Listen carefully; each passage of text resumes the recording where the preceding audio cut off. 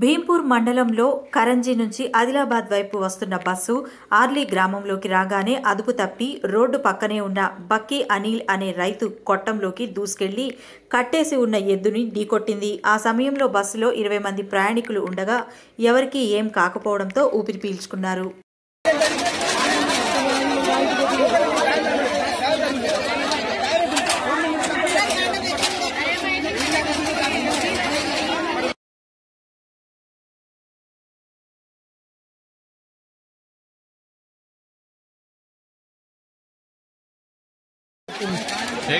अरे लेट అవుతదరా భయ్. మరి